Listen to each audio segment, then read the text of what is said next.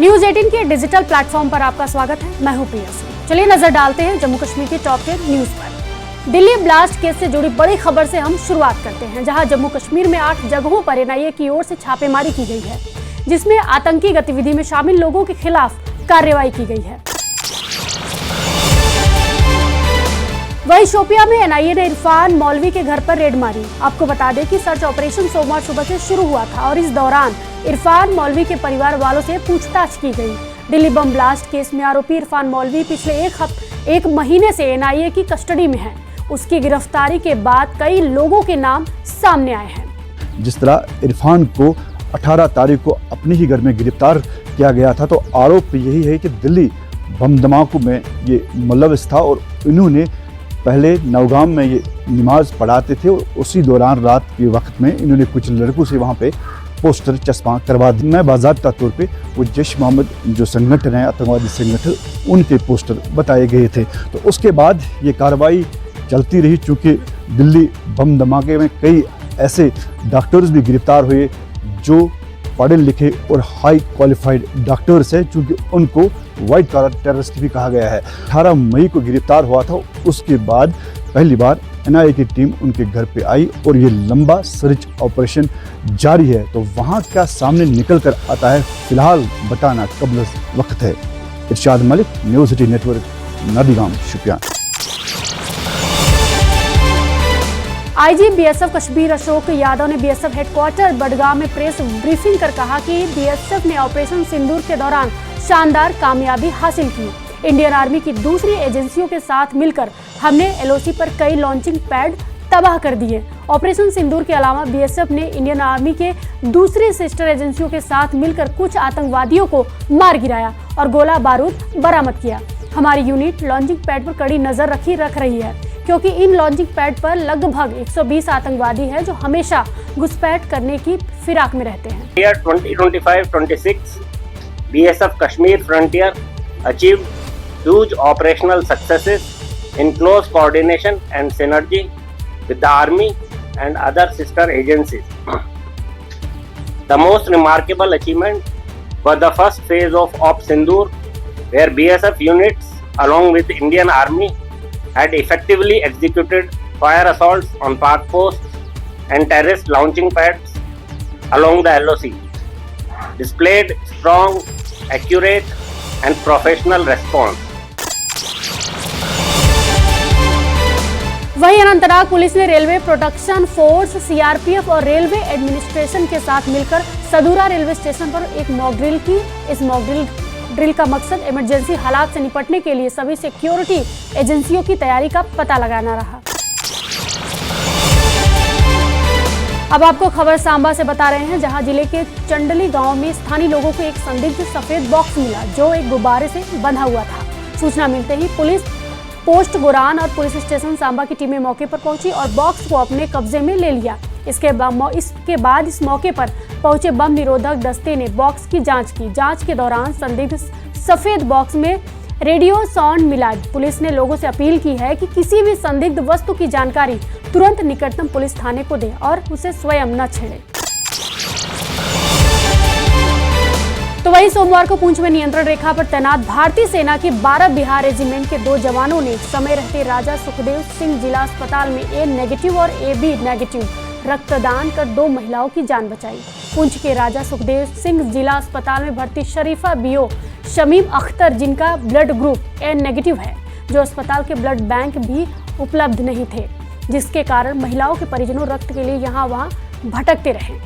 जी, हमको खून की ज़रूरत थी। मेरी बेटी शरीफा भी इधर दाखिल थी अस्पताल में, तो इसका खून नहीं मिल रहा था, तो एक बोतल का लगाई तो फिर नहीं मिल रहा था। तो आज आर्मी वाले 2 आए, 19 के खून दिया। शुक्रिया आर्मी वाले को मैं करता हूँ, सलाम करता हूँ मैं शुक्र उनका। जो है ये देश की राखी भी करते हैं, तो अवाम की वफादार भी है, तो उन्होंने खून भी आई दिया उनका। मैं बहुत उनको सलाम में कर। आज हमें जो है एक ब्लड की जो है मनफी ग्रुप की जो है B नेगेटिव A नेगेटिव हमें शॉर्टेज पड़ गई, तो हमने अपनी जो है इंडियन नेशनल फौज के ऑफिसर जो हैं 12 बिहार रेजिमेंट के जो पुंछ में यहाँ पे पोस्टेड हैं, उनसे हमने रिक्वेस्ट की थी कि इसको हमारी जो हेल्प कीजिए। उनको मैं सैल्यूट करता हूँ, उनको मैं धन्यवाद कहता हूँ, शुक्रिया करता हूँ कि वो हमारे ऐसे टाइम में जहाँ जब हमारे पास कोई शॉर्टेज पड़ती है तो हमारी वायरिंग करते हैं। अब जम्मू कश्मीर के जल जीवन घोटाले पर बड़ी खबर हम आपको बताते हैं, यानी जानकारी देते हैं, जहां घोटाले को लेकर दिल्ली हाईकोर्ट में मानहानि का केस दर्ज कराया गया है और ये मुकदमा जम्मू कश्मीर के पूर्व सचिव ने किया है। इस पर हाईकोर्ट ने अशोक कुमार परमार को समन भेजा। इसके साथ ही 4 मीडिया संस्थानों पर भी मुकदमा दर्ज कराया गया। आज तो उन्होंने पहले मानहानि का अपना एक दावा जो है वो दिल्ली हाईकोर्ट में पेश किया हुआ था, जो काफ़ी सारे जो डिफेमेटरी लेटर्स डिफेंडेंट्स ने उनके खिलाफ लिखे हुए थे। तो उन्होंने जो जल जीवन मिशन एक सेंट्रली स्पॉन्सर्ड स्कीम थी, तो उसको जो इम्प्लीमेंटेशन को जम्मू एंड कश्मीर में लेके जो कुछ उनके ऊपर आरोप लगाए गए थे और इरेगुलरिटी और इलीगलिटी को लेके उनको लेकर उन्होंने यहाँ पे एक जो सूट डैमेजेस के लिए फाइल किया था और उन्होंने उन आरोपों को बुनियाद बताया था। अभी उन्होंने रिसेंटली एक RTI फाइल करी थी जिसमें कि जम्मू कश्मीर की एंटी करप्शन ब्यूरो जो कि करप्शन को लेके जांच करती है, जिनके पास काफ़ी सारे लेटर डिफेंडेंट नंबर 1 अशोक जी ने लिखे थे, तो उनको पूरी जांच करने के बाद जो एंटी करप्शन ब्यूरो है उनकी रिपोर्ट भी उन्होंने लगाई है, जिसमें ये पाया गया है कि इस तरह की कोई भी इरेगुलरिटी या इलीगलिटी इम्प्लीमेंटेशन ऑफ जल जीवन मिशन में उनके कार्यकाल में नहीं थी। AIP के मुख्य प्रवक्ता इनाम उन नबी ने बताया कि बारामूला के सांसद इंजीनियर रशीद ने संसद के अपने पहले ही दिन एक चिट्ठी राहुल गांधी समेत सभी बड़े राष्ट्रीय नेताओं को हाथों हाथ सौंपकर जम्मू कश्मीर के लिए शांति का रोड मैप पेश किया है।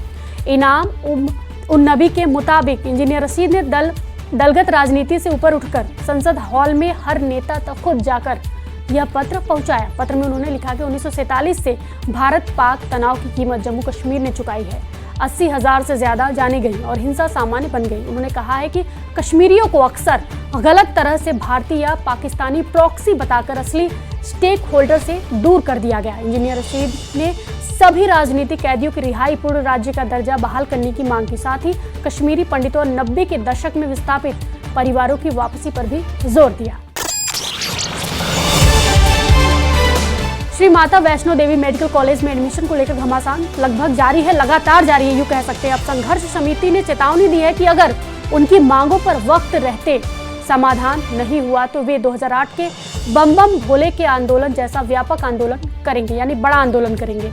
आपको बता दें कि श्री माता वैष्णो देवी संघर्ष समिति में संत समाज और अलग अलग मठों से जुड़े लोग शामिल हैं, जिन्होंने ये साफ किया है कि MBBS सीटों में दाखिलों को लेकर वो किसी भी तरह का न्याय बर्दाश्त नहीं करेंगे, खासकर ऐसा संस्थान जिसे हिंदू श्रद्धालुओं के दान से चलाया जा रहा है। श्री माता वैष्णो देवी संघर्ष समिति को अब संत समाज ने भी अपना समर्थन दे दिया है। मेरे साथ जो संत समाज को यहाँ पे प्रतिनिधि जो कर रहे हैं, आपने इस एजुकेशन को ज्वाइन किया है, उसके पीछे क्या मकसद? देखिए, ऐसा ज्वाइन करने वाली बात नहीं है। जहाँ सनातन की बात हो, जहाँ एक अपने आप में ये लगे कि कहीं गलत हो रहा है, उसी को लेकर के जम्मू कश्मीर संत समाज न्यास ने भी अपना समर्थन दिया। आज हमारे बीच में रमेश्वर दास जी बोल रहे हैं, वो किस लिए आए हैं? वो अपने मठ मंदिर में बैठ सकते थे, लेकिन इसलिए आए कि अगर हमें जरूरत है, हमारे बच्चों को जरूरत है, सनातन को जरूरत है, इसलिए मठ मंदिर छोड़ के सारे लोग बाहर आए हैं और हम इनको पूर्ण समर्थन अपना देने आए। और अब पामपोर MLA हसनैन मसूदी ने जल जीवन मिशन के तहत बिजनारी बटडलू पामपोर में वाटर सप्लाई स्कीम का उद्घाटन किया। इस स्कीम को 7 लाख रुपए की लागत से बनाया गया है। यह प्रोजेक्ट पुलवामा जिले में पहला है, जिसमें 4 मॉडर्न लिफ्ट स्टेज शामिल है। इस स्कीम के जरिए बिजनारी और बटडलू की आदिवासी आबादी को पहली बार साफ और सुरक्षित पीने का पानी मिलेगा। इस वीडियो पर आपकी क्या प्रतिक्रिया है, हमें कमेंट बॉक्स में जरूर बताएं। फॉलो कीजिए News 18।